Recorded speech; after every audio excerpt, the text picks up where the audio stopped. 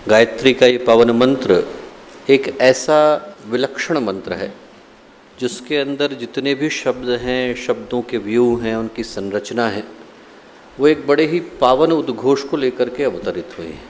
ये याद दिलाने के लिए अवतरित हुई हैं कि ये जो मनुष्य का जीवन है, इसके अंदर जो शक्ति सन्निहित है, उसको प्राप्त करने की सामर्थ्य हम में से प्रत्येक जीवात्मा के भीतर है और उसको जगाने का भाव गायत्री का ये पावन मंत्र हमको प्रदान करता है।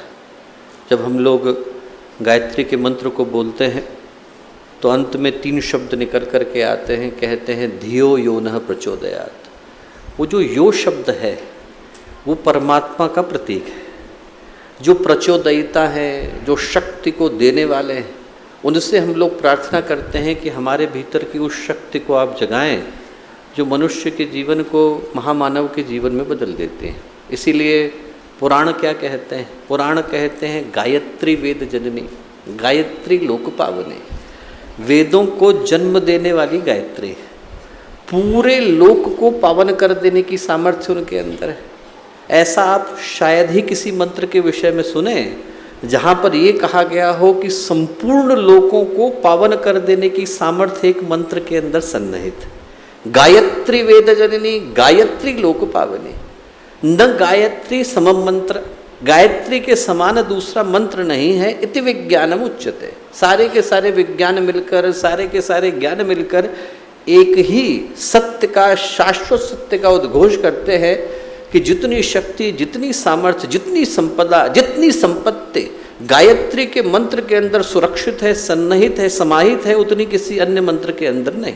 और इसीलिए यदि हम लोग ध्यान से देखें तो ये अकेला मंत्र है। पूरी की पूरी मंत्र साहित्य के अंदर, मंत्र संपदा के अंदर अकेला मंत्र गायत्री का मंत्र है जिसमें 24 के 24 अक्षरों के 24 ऋषि। तत्मंत्र वशिष्ठ ऋषि ने दिया, उनके जीवन की केंद्रीय खोज का आधार तत् रहा। स भारद्वाज से निकल करके आया, वि गर्ग ऋषि से निकल करके आया।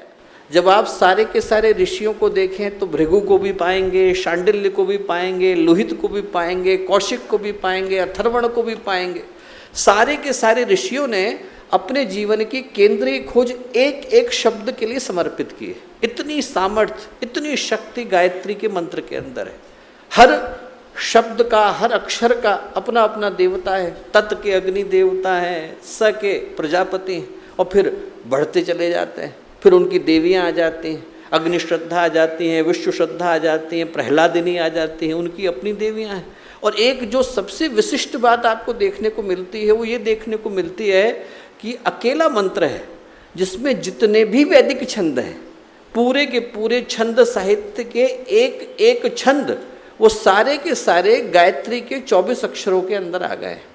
तत् गायत्री छंद से निकला, स त्रिष्टुप छंद से निकला, वि उष्णिक छंद से निकला, और इसी तरह से बृहति आ गए, अदिति आ गए, जगति आ गए।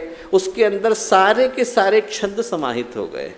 जितनी भी भारतीय ज्ञान परंपरा, भारतीय अध्यात्म परंपरा, भारतीय वैदिक साहित्य का सार हो सकता है, मेरुदंड हो सकता है, उसका आधार हो सकता है, वो गायत्री मंत्र के अंदर आ गया है।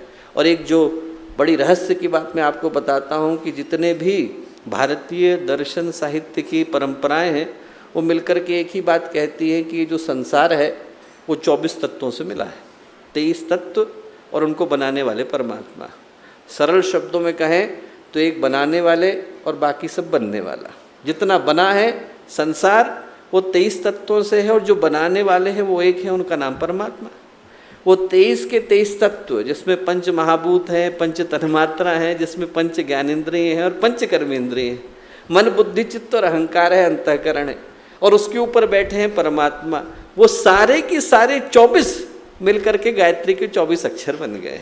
जितना भी आप देख पाते हैं, जितना दिखाई पड़ता है, जितना नहीं दिखाई पड़ता है, वो सारा का सारा आकर के गायत्री के मंत्र के अंदर समाहित हो गया है।